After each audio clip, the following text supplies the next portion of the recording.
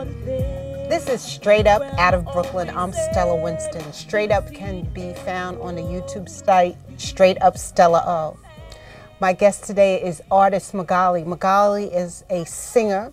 She's brought to Straight Up by A-Train Productions. She's performed with such great groups as Blue Magic, Black Ivory, and Ray Goodman and Brown. I'd like to welcome to Straight Up Magaly.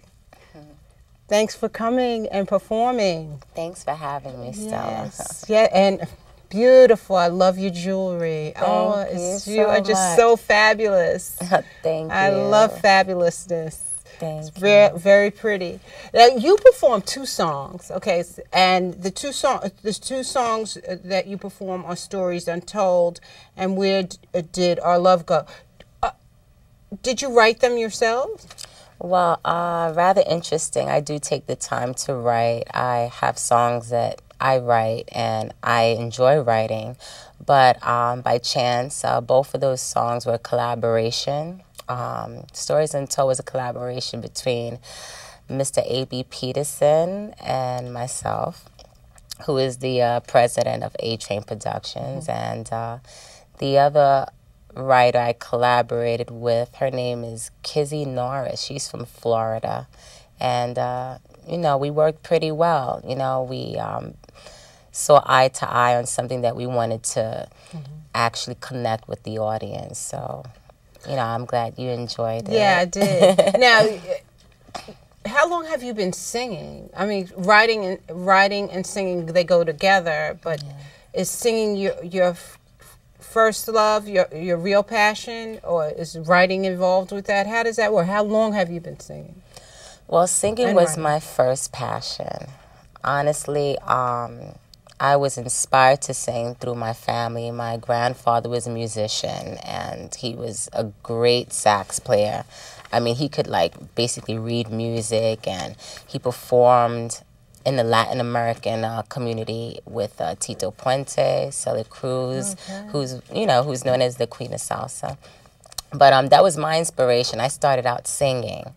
Yeah, I remember as far as early childhood singing, just loving to hear music and just, you know, just singing. What's your earliest memory? My earliest memory was when I was going to Head Start. And I remember my teacher playing those nursery songs, and I just sang along with her. And I just felt it. I just, you know how when you feel music, you just know that's what you want to do. And yeah, I knew that's what I wanted to sing.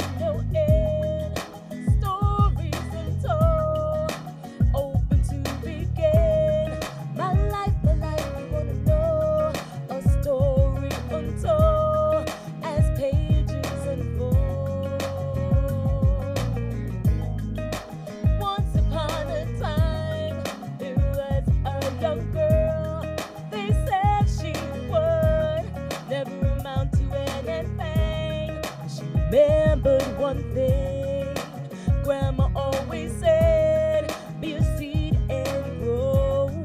You can be anything. My life like one, beginning, no end. Stories untold, open to begin. Stories untold as pages unfold.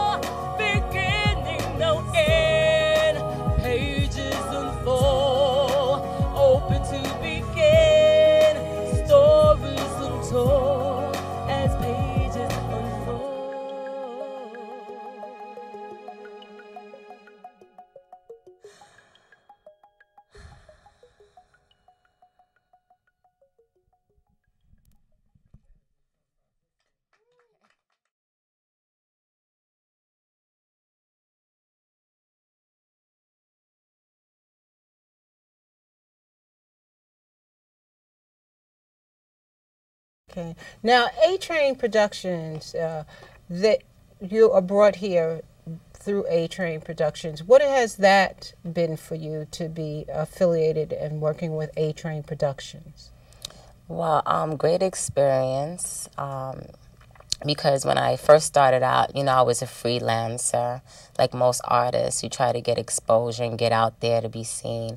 But when I got involved with the company, A-Train Productions, it was more business-oriented. I felt protected as an artist because business manager who I work with, he's really hands-on with the artist. He works on development, marketing, and he's been doing it for 30 years. So I figured, this would be a great thing to have representation, someone who's aware about the music business and someone who's able to protect the artist. And that was like my first interest. That's how I gravitated to want to meet him. Right. Now, when you say protection of the artist, help me out to understand.